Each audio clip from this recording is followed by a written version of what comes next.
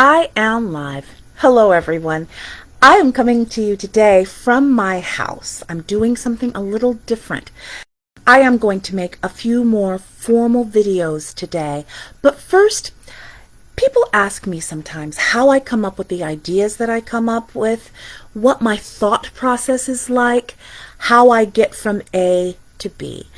And I think that this would be a good time to be able to show you a little bit, remove the veil, if you will, and let you know how I think about things and how I approach. I think that's really important for a few things. We talk about some of the same things that other people talk about. That's true here on at Lace on Race, but we often come at it from a different way. And usually, a lot of what I do before you see a 10 or more likely 20-minute video or essay is that I do a lot of thinking. And I usually do that thinking right here on the coronavirus couch before I head out to the office or out to the studio. I get my best thinking done here because I have copious amounts of energy drinks and my legs are warm because of a blanket. Seriously though, I think that it's important that you get a glimpse. I think it might be instructive. It might even be fun. Let's talk about why my mind is in so many areas, and hopefully by the time this video is over, I'm going to be able to consolidate some things. Yesterday I did a video after I was at our December community partner, The Hamlet. They are in coffee shop, but so much more in Lemon Grove that serves the Lemon Grove area and surrounding communities. I love them very much. You can check out yesterday's video to learn more about them and why we are so excited to make them the December 2022 community partner. It dovetails so much with what we're talking about with conscious consumerism. But they're a coffee shop, which means I found myself thinking a lot about coffee, which means I found myself thinking a lot about James Hoffmann. There are some points that go beyond coffee that I want to talk about when it comes to James Hoffmann. And this is kind of what I want to work out in my head right now. James gets it right in a lot of ways. And in that sense, a lot of people who consider themselves on the progressive end of the spectrum, and progressives particularly when it comes to social justice or racial justice, James gets it right. He asks questions that few people in his position ask, and he is genuinely interested in finding good and sustainable responses and even solutions to those problems. I'm going to link a short video where he talks about the longer talk that he gave in Colombia in 2018. And he entitled that Coffee, Power, and Risk. I actually showed you the longer video a couple of months ago, and I'm going to show it to you again. And in that's where I was talking about how much I agree with James Hoffmann, that the business of coffee is weighted very much towards the coffee roaster rather than the coffee producer or the coffee shop owner. And then he talked about not just the risk involved, but also the power dynamic between those entities. I thought he got it very much right. And one of the things that he talked about was the fact that he, as a coffee roaster, sets the terms for both of the people or the entities that he engages with. He sets the terms a lot of the time, even though he does his best not to. He sets the terms for the coffee shops and coffee wholesalers that he roasts for. This is what you're getting. These are the beans I'm giving you. This is the price I'm going to give you. He sometimes brands, and a lot of bigger companies like, say, Ely or Nespresso or Lavazza will brand entire cafes and sets the terms often for how the beans themselves are roasted and ground, what price point that they suggest that they sell at. All of these things, which makes for a power dynamic that is very heavily favored in terms of the coffee roaster. Now let's take a look at the even greater, the more unbalanced power dynamic that we have when it comes to the roaster, the coffee roaster, and the coffee producer. He talks about contracts and how contracts are almost always weighted in favor of the coffee roaster. He talks about the fact that coffee roasters are in a much better position to break contracts than coffee producers are. And he talks about the idea of coffee, and in fact any wholesale commodity, as much of a social contract as it is an economic one. Now, I bet that anybody that knows me or that has seen any of my work can see that I can make some very close connections to race when I talk about these things. That's where we get into the relational. The relational. We are talking about unbalanced, inequitable relationships. And I love the fact that James Hoffmann did what few people do. He calls it out. He makes it explicit. As I say a lot, he makes the covert overt. It took a lot of guts for him to go to a coffee convention in Colombia and call out his fellow roasters, some of whom were in the room, although most of the people in the room were coffee producers. It's very easily generalizable. It's generalizable to almost any industry. It's generalizable to academia. It's generalizable to faith-based organizations. It's generalizable to consumerism. As I have often said, power unacknowledged is power usually misused. And being able to say, we have a problem, and the person who is in the power position saying that they have a problem, and that he's a part of the problem, and he'd like to be less of one, is revolutionary. Some might even say radical. It only has value to the extent, though, that he's willing to make good. And this is where the relational comes in, and this is where the performative comes in. Performative in both senses of the word. Now here's where the workshop comes in. I'm also writing another article that has to do with empathy. And empathy also has elements of power embedded in it. In fact, very few relational things, very few things where people are engaging with either the world or with each other is stripped of power dynamic. And where there is power dynamic, usually there's power imbalance.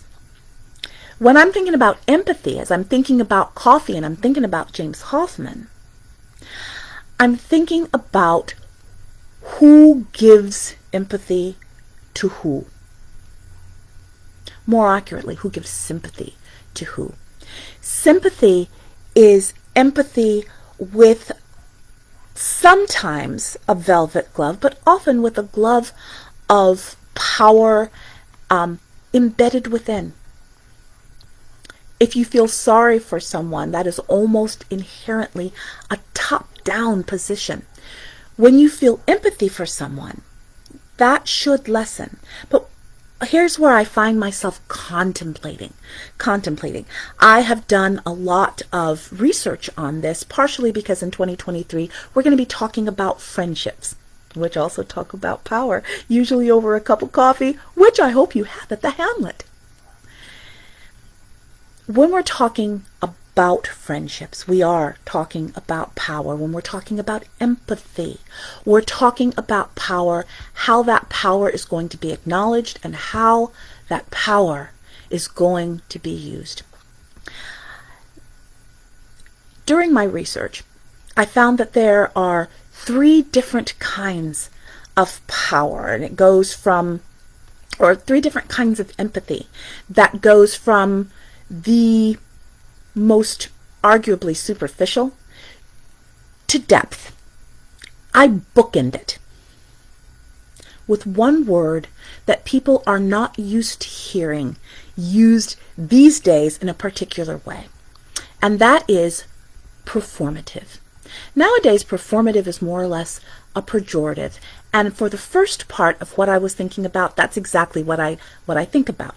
When James Hoffmann is talking about the power dynamic inherent in his relationships with coffee shop owners and with producers of the coffee beans that he roasts, and he talks about how there is a problem and that he's part of the problem as a roaster, and he wants to be less of a problem. He wants it to be more egalitarian, what I call parity and mutuality, embedded in the contracts that he makes on both sides as a middleman.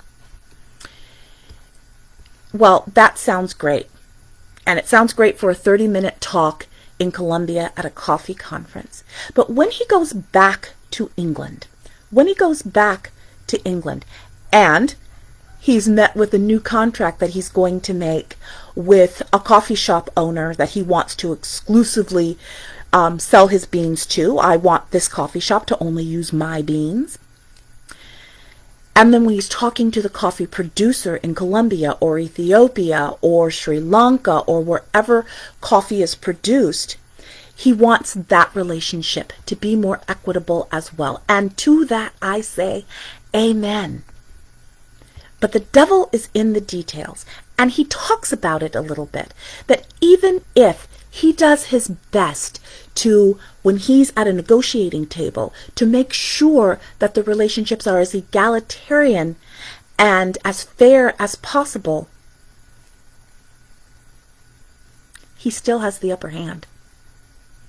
In the longer video, he talks a lot about quality of beans, and it can be extrapolated into quality of relationship. Everyone wants good relationships.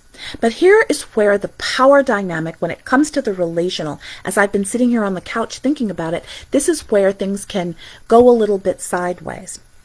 Particularly when we're talking about the relational in terms of friendships, specifically cross-cultural and cross-racial friendships, and in racial justice and social justice in general. It's all about definitions. James wants to sell a consistent cup of coffee, or a consistent bean, so that a given coffee shop can sell a consistent cup of coffee.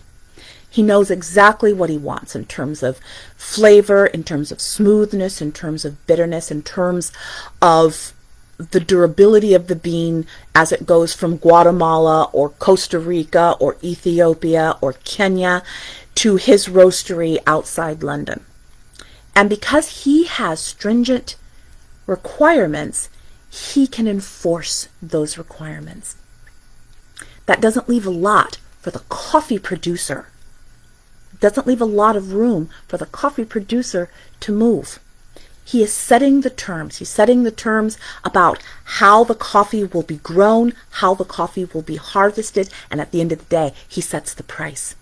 Because if he can find 2 coffee producers that are making more or less the same quality of cup, and one is perhaps 2 cents less per pound than the other, it doesn't matter if he's had a relationship with this coffee producer for 12 years and this one is a new kid on the block. He can.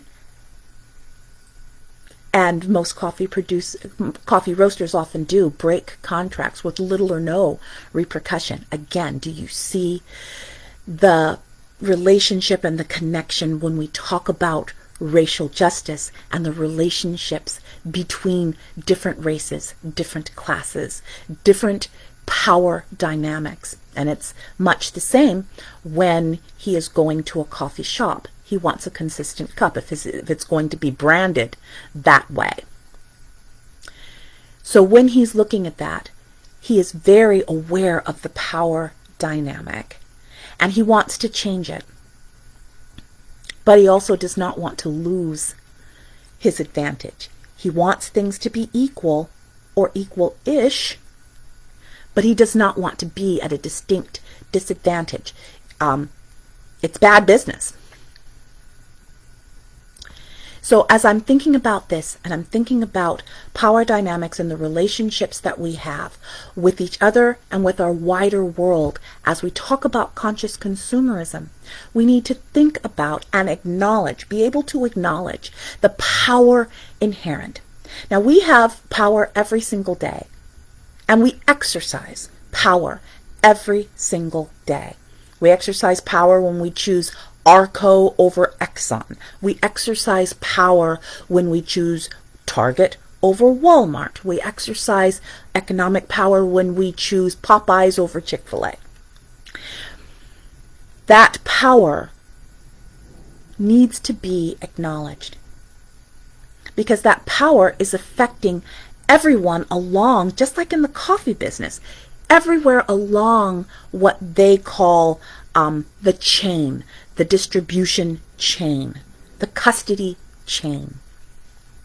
We do this when we talk about Popeyes over Chick-fil-A, and we are exercising oftentimes very good economic and also social sense when we say, I choose Popeyes over Chick-fil-A because of some questionable practices that Chick-fil-A may have. We talked about that in another video. So while you'll see references to that later on when you see the essays, let's just say, though, that usually people make decisions based on only one or two factors.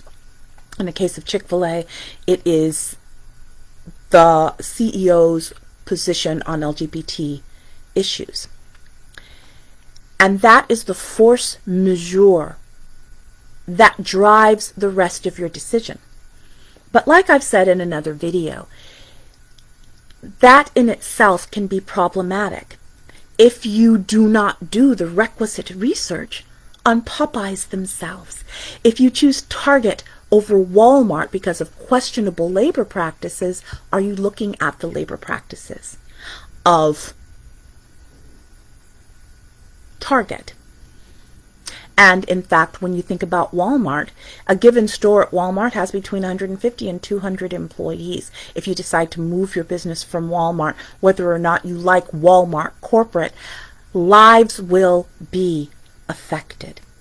That does not mean that you sit in your probably gas combustion engine car after you've driven 10 to 15 miles to get to one or the other and sit there paralyzed.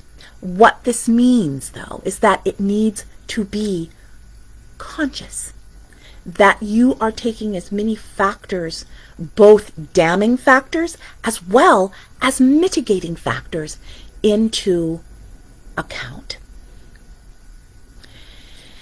And so while I'm sitting here on the couch pondering it all, I started thinking about what I would say if James Hoffmann and I were drinking good coffee at the Hamlet, and how I would answer some of the things and also some of the holes that James Hoffmann has in his analysis. Very good analysis of the coffee business and specialty roasting and the specialty coffee business in general.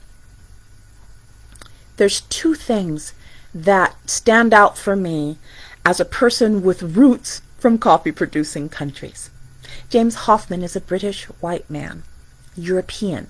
And nowadays, when we think of coffee, we think of Europe. Specifically, we usually think of Italy. Espresso, macchiato, in Starbucks' case, frappuccino. When we think of quality coffee and when we think of coffee culture, we think of Europe. Not where the coffee is actually produced. In fact, it would never occur to us to think that Kenya had a coffee culture, Costa Rica having a coffee culture, Colombia having a coffee culture. We need to rethink that. There was a coffee culture in coffee producing countries long before they exported that coffee out to Europe. And now, when we think of this commodity and who should get most of the spoils from that commodity, just like in diamonds, just like in gold, just like in copper, when we think about what goes into our phones, we do not think about the places that make it possible for us to have phones and coffee and gas combustion engines. And by the way, hybrids aren't off the hook. This is a big deal. And so when we think about the relational in terms of conscious consumerism, we need to think up and down the supply chain, up and down the chain of custody. We need to think about going beyond what we have traditionally been conditioned or taught to think about when we think about that cup of coffee. James Hoffmann thinks about quality of being. He's a coffee roaster. We as consumers think about taste and convenience, and even to a certain amount, a level of prestige. After all, Starbucks coffee or Peet's coffee or coffee bean and tea leaf coffee has more prestige. If you're going into an office meeting, people might look at you sideways if you come in with a McDonald's cup or an AM/PM cup, right? So there is a certain level of prestige when we make our buying decisions as consumers. And that is part of exercising our power. But let's go back. I found myself going back to Colombia. And another hole in James Hoffmann's analysis that's big enough to drive an 18-wheeler full of coffee beans through. He was talking to the cohort that he thinks has the least power. The coffee producers. And he's not wrong in terms of their relationship to him as a coffee roaster. And I want you to think about this for a minute when we're looking also at racial dynamic. Here's who we didn't think about. Usually, coffee producers have their own fields, and they also sometimes subcontract out. Back in the day, they called it sharecropping. So there are people who are either using leased land to grow coffee beans on behalf of the coffee producer, or they own their land and they're selling to a coffee producer. Or there are people who own nothing, who lease nothing, who are bent over in the field picking those coffee beans, because you can bet that the people sitting in those chairs at the coffee conference in 2018 did not leave that conference, put on a pair of overalls, and go out and pick a bushel's worth of coffee. Those are the people that James Hoffmann forgets.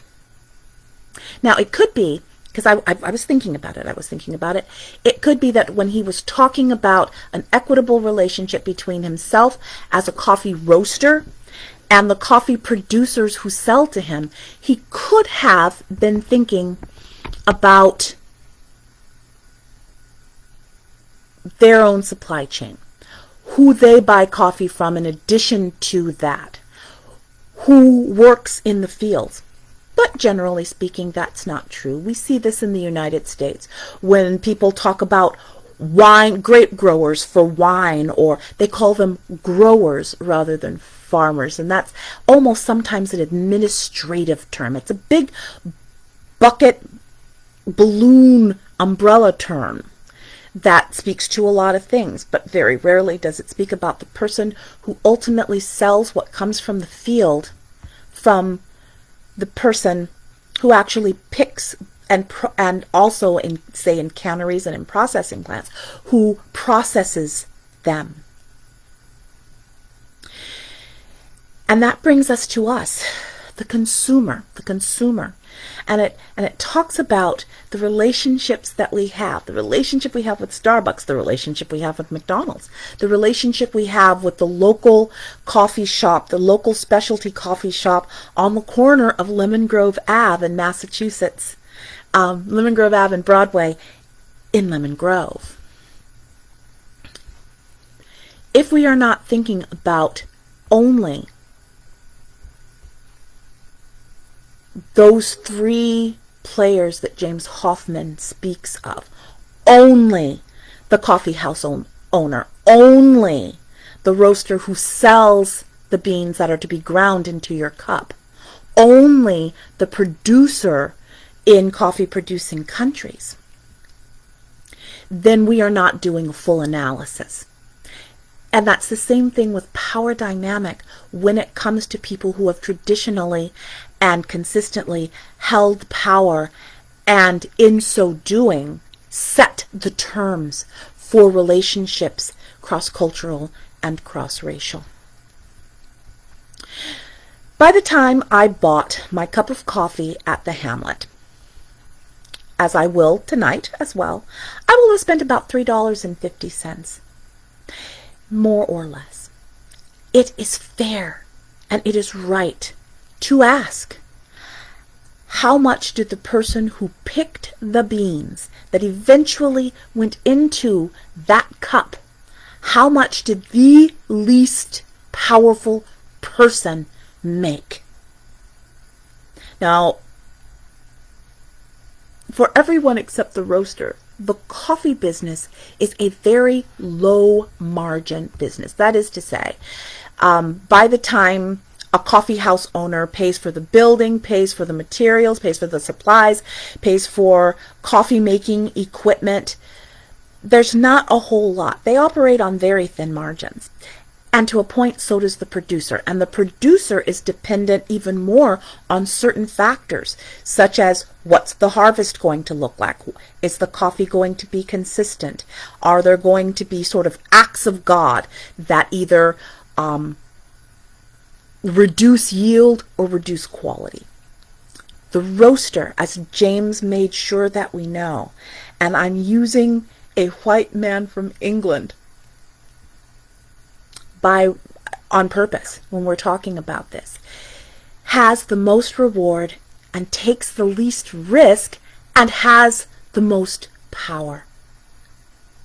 So let's talk about performative again. Let's talk about performative again. And let's talk about empathy as I'm sitting here. When I was thinking about the article that I'm going to do on empathy, there are 3 different kinds of empathy that can be extrapolated into business relationships as well. The first one that is usually talked about is what's called intellectual empathy. That is the one that's closest aligned with sympathy. And it's kind of, you have an intellectual understanding that someone is being harmed or that someone is being pained. You understand it. It does not necessarily move you, but you understand it. You understand the dynamic. This is where a lot of people end. It's like, when people are kind of nodding at you sagely and saying, I understand. I hear you. They may very well, but are they moved to action? This leads us to the second one. Emotional empathy. And that is where a lot of people stop. Most of us progressive people, most people who think that we are going a step further than just sympathy. It does move us. It stirs something in us. It stirred James Hoffmann when he started thinking about the economics of coffee, the power dynamic within coffee. So it's when you hear phrases like, it hurts me when this happens. And a lot of times you will see people, progressive people, a lot of times white people, when they're talking about social and racial justice issues, racism hurts me. And it actually does, but not in the way they think. White supremacy hurts me because it hurts their feelings. They feel bad about it. They don't always necessarily unpack what those feelings are. They just know that they feel less than comfortable, less than good. And the whole idea of wanting to change things is to come back to stasis, to come back to their baseline of feeling relatively good about themselves. If someone gets helped in the process, that's nice, but not necessary. That's hard to hear. That's very hard to hear. And so I think about this when it comes to racial justice dynamics. People want the optics more than they want the reality, especially when it really occurs to them what that reality actually means. And then there's the third one, which is compassionate empathy, where you are doing your best to see the marginalized person or the unjust situation, not only through your eyes and not only through your own experience and what it is doing to you for good or ill, but you're willing to, if not completely set aside your own self-interest and your own internal state and go beyond the optics. Compassionate is what I mean when I talk about standing for and with and beside. It pains me because it pains you. And I am willing to do, and I'm going to use this word on purpose, I am willing to do what I can to alleviate your pain and to mitigate your harm. And that, for most people, is considered the pinnacle. So you've got the intellectual empathy, and then you go a step up, and you have the emotional empathy, and then you go a step up again, and you have the compassionate empathy. And here's where we come back to the word that is usually used as a pejorative, as an insult. That performative, the word performative, right? Let's go and look at performative as it used to be usually used. Performative performs. Performative does. So in our sort of spectrum that we're talking about, we are going from the performative to the emotional to the compassionate, and believe it or not, back to the performative, in that we not only want to stand with and for the people we say we want to be in solidarity with, but we actually act in solidarity. Even when, sometimes especially when, it costs us. Now, when we're talking about conscious consumerism, we are making choices. Our mind should be going click, click, click, click, click. Because doing, and in any one given act, it can run the gamut from performative to intellectual to emotional to compassionate to the actual authentic performative, even in the act of buying a cup of coffee. I happen to know the coffee roasters that the Hamlet uses. They show their bags. I am very comfortable buying a cup of coffee from the Hamlet. But even by the time it gets into that bag, very few roasters can tell you exactly, unless they're going to Costa Rica or Guatemala or Kenya themselves, can tell you exactly who their producers are, because the beans can be purchased on the market. There's the A market, which is specialty roasters. There's the B market, which is kind of independent roasters. Probably were kind of, but still bulk, still big. It's probably where the Coffee Bean and Tea Leaves and Pete's get their coffee. And then there's the C market, which is what you're going to find in Folgers and Maxwell House, right? Let's go back to these coffee producing countries. Let's go back and think about the people who literally do the heavy lifting when it comes to the coffee that winds up being in my cup. And let's also extrapolate that to racial dynamics. And this is why I have been sitting here doing this. And a lot of times people kind of go, what do we pay you for, Lace? Well, a lot of it is me sitting right here on the coronavirus couch doing this. I don't know what I look like when I think, because I don't usually have a mirror in front of me when I'm thinking. But when I'm pondering, I would like to think that I look like this. Rarely does it look like this. I mean, rarely do I even have lipstick on when I'm thinking. So, that is not an accurate depiction. But I do want to talk about the mindfulness that goes into ethical consumerist action. It is a compromise. It is a compromise. We don't know everything. So I cannot necessarily advocate for the person, or more likely, the people who picked the beans that went to a producer, that then went to a roaster, that then went to the cafe that sold me the cup of coffee. But I can advocate on a larger scale. I can advocate in terms of worker rights in general. I can choose to know what the working conditions of the average coffee worker is. I can choose to know just like we were talking about in the essay about homeless services workers, I can choose to know what the average worker in homeless services, direct care, makes. That across the nation, it's an appalling $30,000.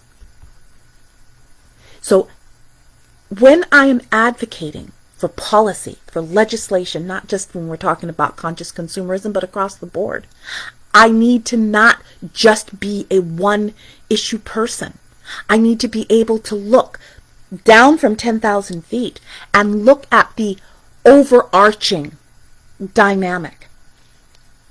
And this is, as much as I love James Hoffman, I love the question that he's raising. But if I were sitting at that table at the Hamlet with James Hoffman, and Patrick Atwama happened to come in from Ireland and sit right next to me, he would hopefully invite James Hoffman to ask, as good as his questions were, even better questions. James Hoffman is not entirely wrong when he talks about producers being the least possible people in the supply chain when it comes to coffee, specialty and otherwise. But he needed to go one step deeper. What about the people who actually produce for the producers? I have to ask myself, if I were sure that the person who is producing for the producers, whether they're in the fields or whether they have a leasehold or a sharecropping, what their life is like, are they getting a fair share of the profit? Would that guide my decisions? I used to run or help run a fair trade store. It was through 10,000 Villages, which was part of Mennonite Central Committee. And my goodness, here I am 30 years ago when I was helping to run that store. We talked about how we would market it to the good people of San Diego in general, and the good people of Normal Heights in particular, where we had our fair trade store. Very rarely did we talk about the idea of autonomy and agency and parity when we talked to potential customers. Here's a pair of earrings from Burkina Faso, and then we'd show a picture of a little kid holding a pair of earrings in Burkina Faso. We were not appealing to that authentic, performative empathy. We were appealing to the performative empathy that only cares about the optics, and perhaps the intellectual and even emotional empathy It tugged at their heartstrings. We should not have to be tugging at heartstrings in order to achieve fair and equitable practices in our consumerist choices. It should be more than just intellectual and more than just emotional. It should be compassionate, and it should be performative in the sense of solidarity. And that leads me, finally, as I'm still thinking about this, to what James Hoffman missed, to what a lot of people miss in our racial justice and social justice praxis, is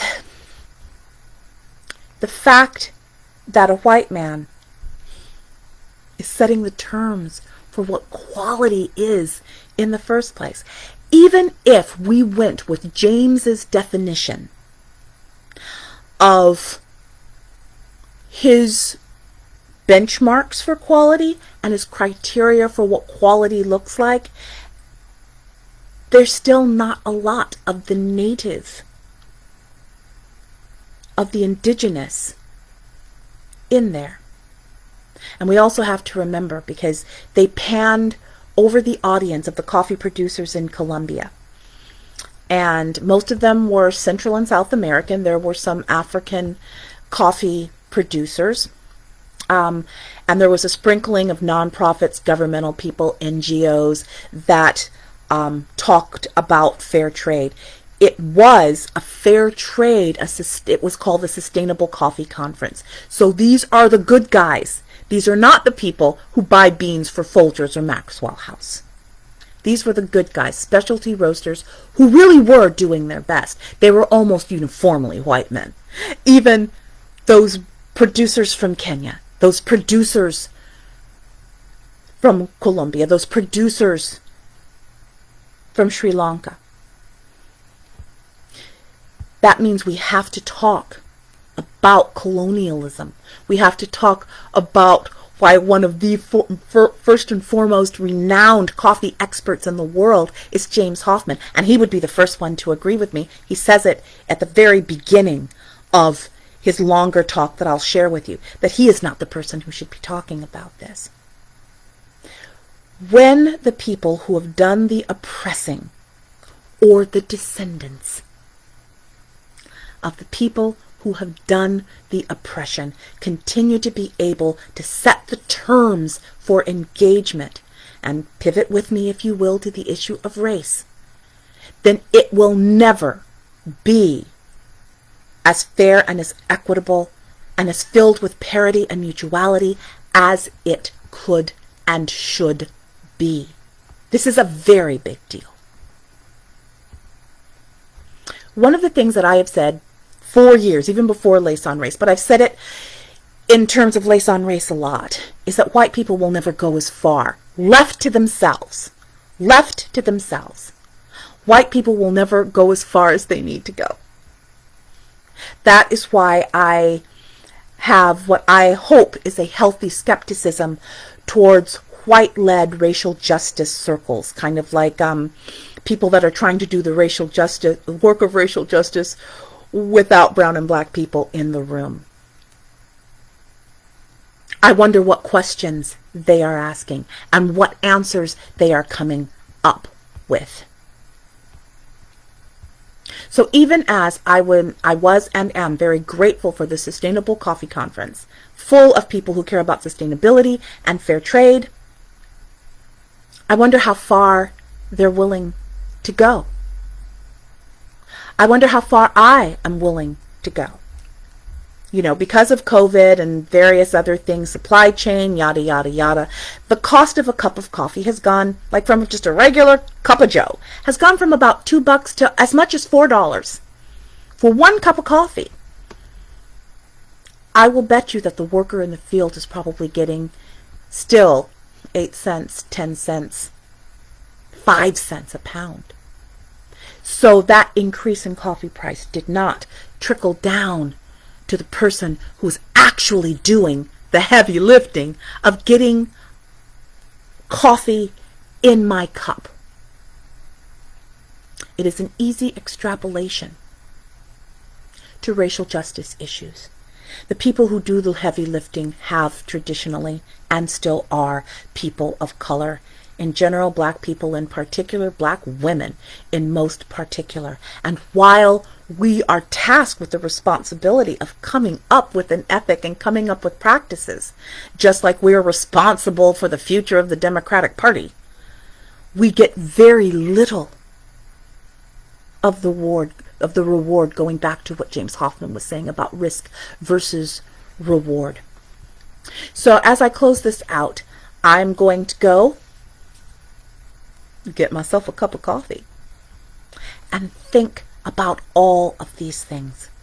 Think about the dynamics of the relational and friendships and cross-cultural and cross-racial relationships. Think about the economics of coffee and other commodities.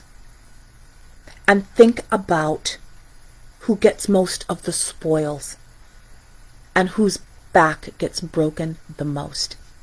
I hope you'll stick around to look at any other further videos that I do or the essays that are coming forward. And I hope that you'll keep the questions that I am asking here on the coronavirus couch first and foremost in your mind.